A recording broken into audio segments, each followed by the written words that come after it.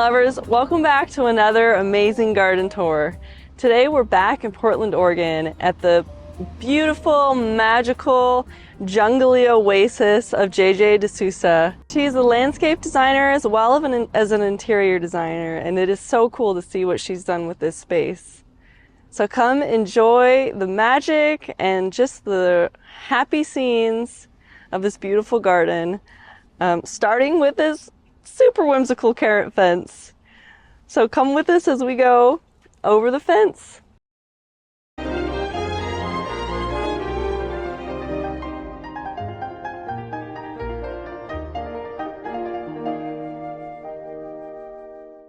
And I had a store on Alberta Street for 13 years, and I'm about this Saturday we're opening a new store.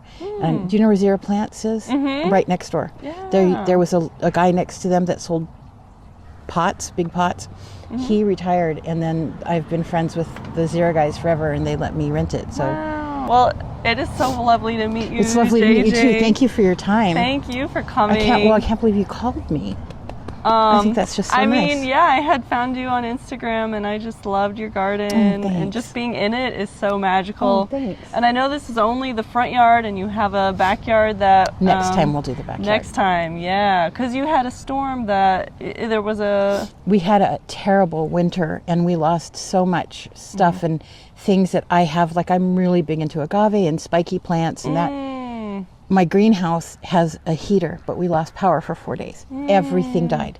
Everything. Wow, what a loss. Oh, it was a terrible loss. And so then you kind of, now's your chance to find new things in this. I just wasn't up for it. So I could concentrate on the front, but not on the back. Well, I just want to say I love this like huge area for entertaining. That's my whole gig is entertaining. Yeah, nice. I have 66 seats in the garden.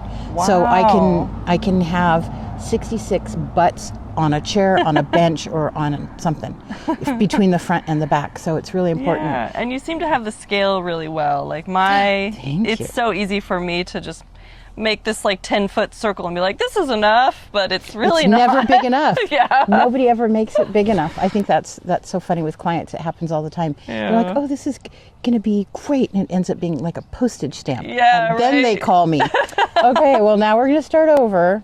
Or especially the whole fire pit thing where you're like, your knees are right in the fire. So this is just great. So what came first in this beautiful garden? Okay, well, this was all lawn, and it had azaleas and junipers and everything the whole way around, so everything came out. Not right away because I had no idea what I was doing, but working our way around. Behind me, the pond area was actually a pond, but it had so many leaks and cracks, and fixing the plumbing was just so that we filled it in and then put a bathtub in it, and so that's what's our little pond kind of thing, like we put a... what do you call it? Like a clawfoot tub in. And when I bought the house, I was single, and it was me and a group of girlfriends, and we called ourselves a communist garden party, and we would go to somebody's house every weekend and do work in one person's garden, and then we would all hang out in the evening, but we would work all day in the garden, and that was a really great way to get a lot of stuff done. So we were able to clear this off. I didn't want any lawn because I think it's just a waste of resources and all that water. I grew up in a Dutch family, and we lived in Europe for a long time, and now my house in France, everything is gravel. So it was like, okay, gravel it is, and it's easy to keep tidy. It doesn't take the resources that the water does. And I love the feedback you get when you walk across it too. It's my favorite. Yeah, it's walking lovely. through the parks and the gardens in Europe, and then having that crunch, crunch, crunch, crunch under your feet has always been my favorite. And I love pea gravel. It takes a while to settle, but I love it. I love the way it looks. I love the way it sounds. So gravel forever. Woo! And speaking of like feeling, it's like when I walked into the garden and through the Hakanakloa grass, it's like it's my favorite. It's amazing. I originally had put a tapestry of hostas all the way up because the house came with all the hardscaping, and so you can see like the little retaining here and all the little beds and everything, and so it was an easy fix to put in there, but I started with hostas. And for some reason, like I had it for like 5 years and the hostas were beautiful, and then within 1 year, they all died off, and I can't figure out why. they got enough water, whatever. And it's like, okay, how can I close the be all end all? You know, some people say, oh, maybe try a different plant or you're overdoing it or whatever. Oh, I don't know. Look at it. It's pretty damn cool. It's awesome. Walking up the walkway, it just feels like an undersea scape. It's got that beautiful wind motion. I love it. Oh, yeah. It makes me really happy. And the sound, too, when you just brush against it. Yeah. And this is my favorite variety, the variegated. And sometimes it gets a little burnt. Do you ever have that problem here, or do you have enough shade? Not here. Okay. I did just work on a garden in Seattle, and it's getting a little too much sun there. It's still growing, but it's a little too sunny. Like I think if we took an hour off the sun, because it can get a little fried. Yeah. But the more, when it does get sun, they just get massive. Like one plant, I was at a friend's house the other day, and one plant was just so huge in like 3 years. Wow. It was just massive, and it got about half day sun. Oh. So I don't know, but I love it. It's all things to all people, and now I have enough that I can share it with friends. Right? Yeah, the gift, that's the best. The gift that keeps on giving. I've got to divide my plants. And what about this tall grass here? Okay, it's a volunteer. Wow. I don't even know what it is. It's like bird planted, oh but my gosh, I loved it. It looked like it too. Fit, don't you think? Absolutely. I think it works. It really does. And then you have the begonia right next to it. Is that hardy?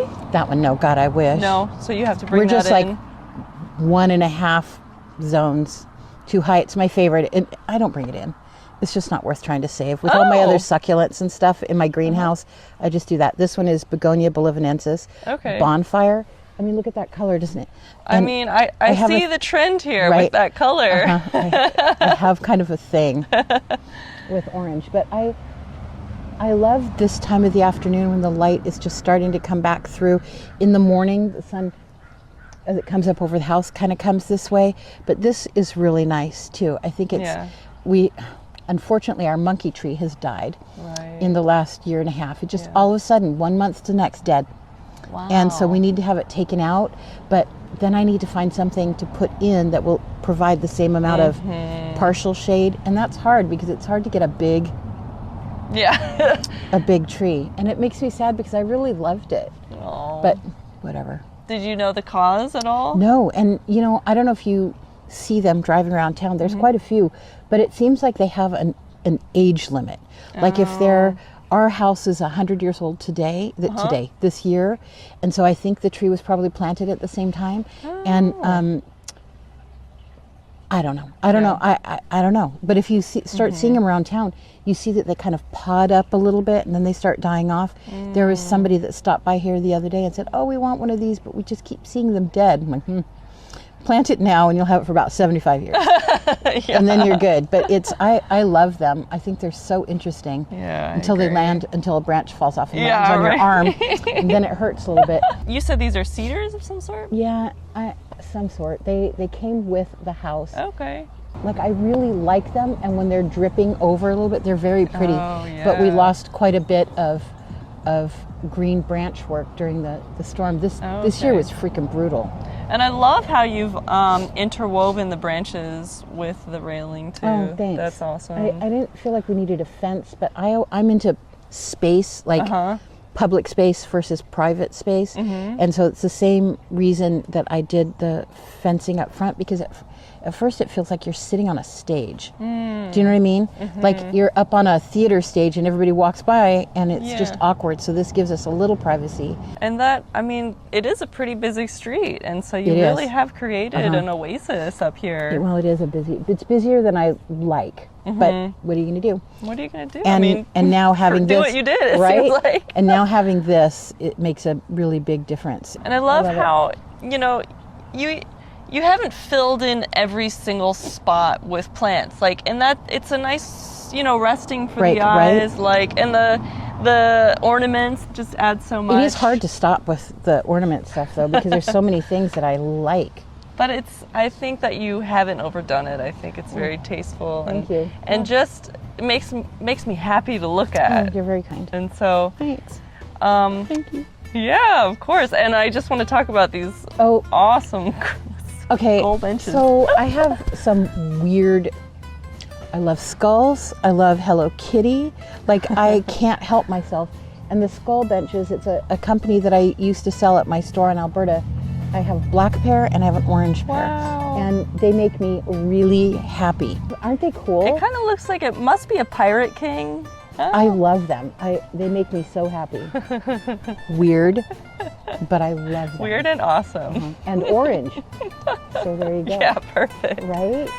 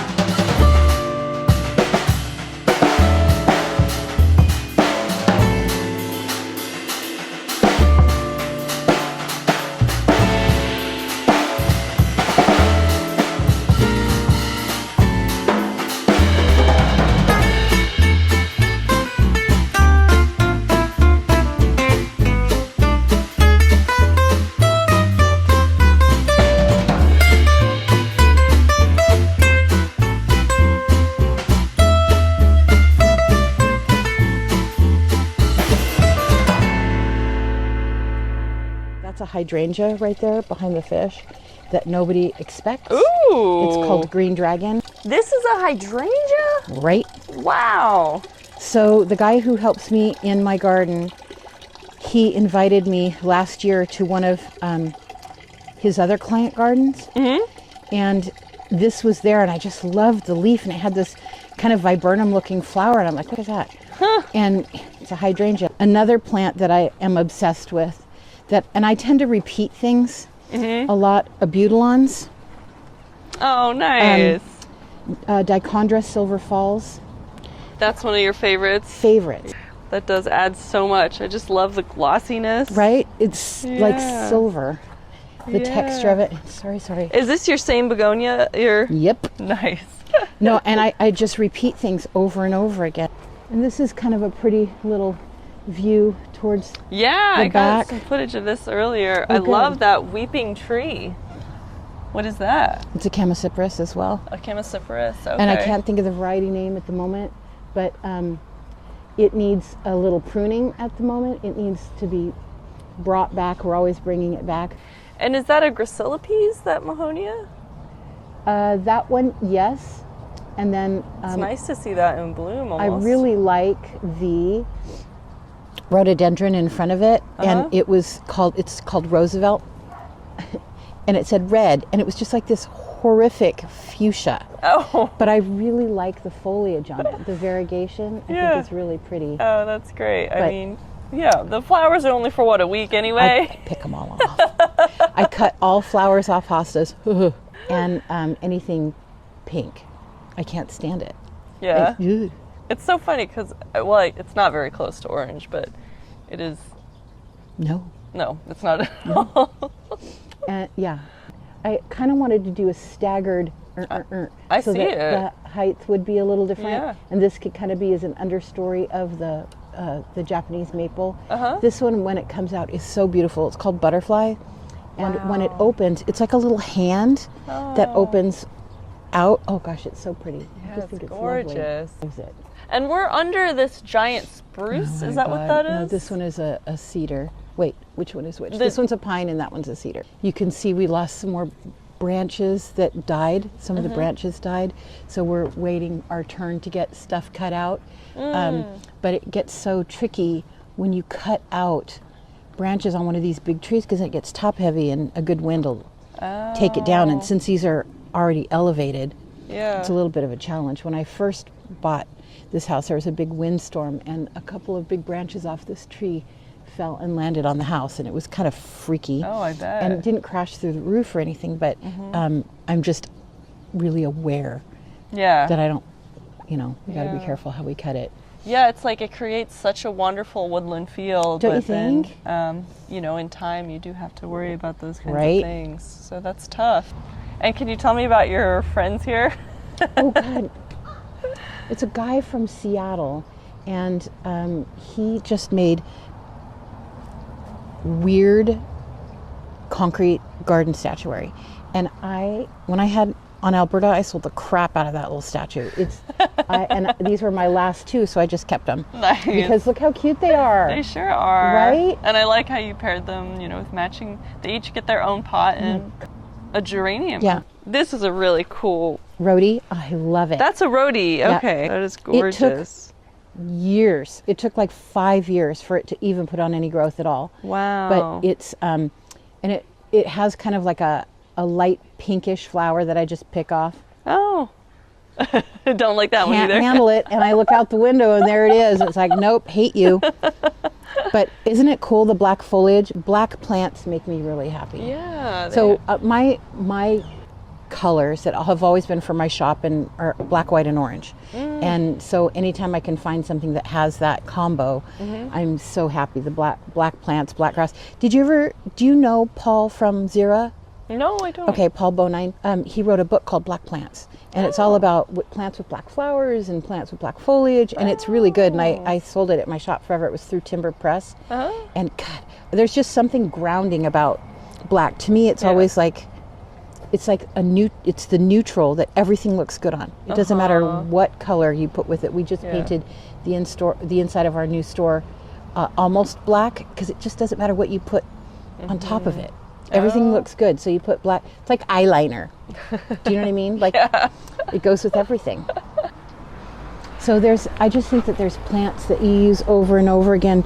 Repetition is a really good thing. Like when things are too, it just gets a little much. And there's something, you have to admit, when you see this and you see that and then you see the next one, I think it kind of invites you into a space and you kind of see it a little bit more. Yeah. And repeating those plants, each one is still interesting. They still have a little bit of different growth, but like these plants, the lime green sweet potato vine and the black one, the Dichondra silver falls, the begonias. There's just certain things that just look good over and over and over again. There's a little path that kind of winds back behind the pond area and stuff. And that's where, like, there's a lot of hellebores which self-seed liberally.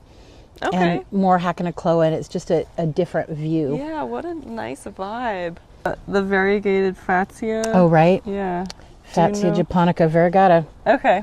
I love that plant. Yeah. And it took a while to get settled in right there. And also another one that was challenging back there is there's the large leaf rhododendron, the Sino Grande. Do you know that one?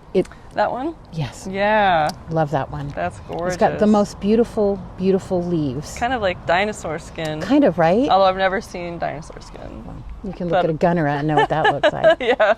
But I love that plant, and I'm really loving the oak leaf hydrangeas. All of the corsifolias I think are pretty. And it must be just amazing in fall. It's so pretty because they get so red and the flowers turn beautiful. And wow. Yeah.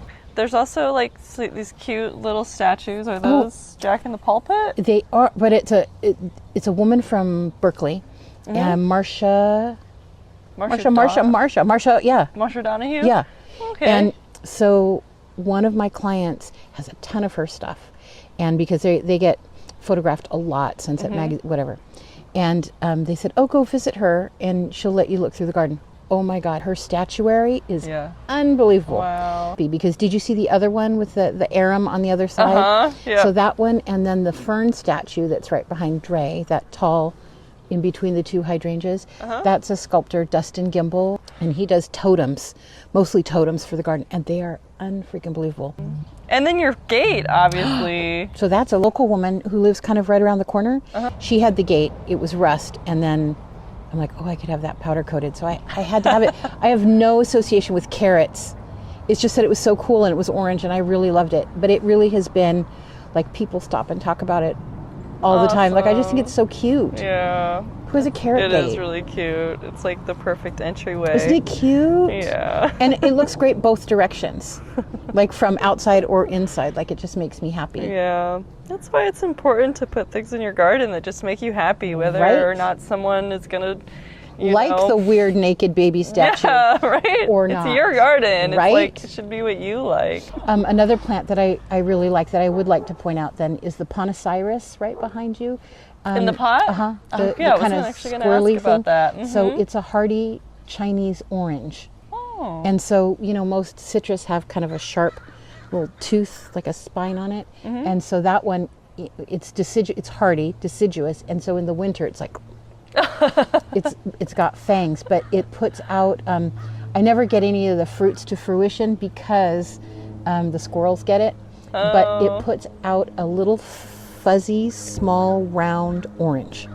And it's a really cool plant. I just think structurally it's really cool. Yeah. You can put that in any pot and then underplant it with annuals. Yeah, beautiful.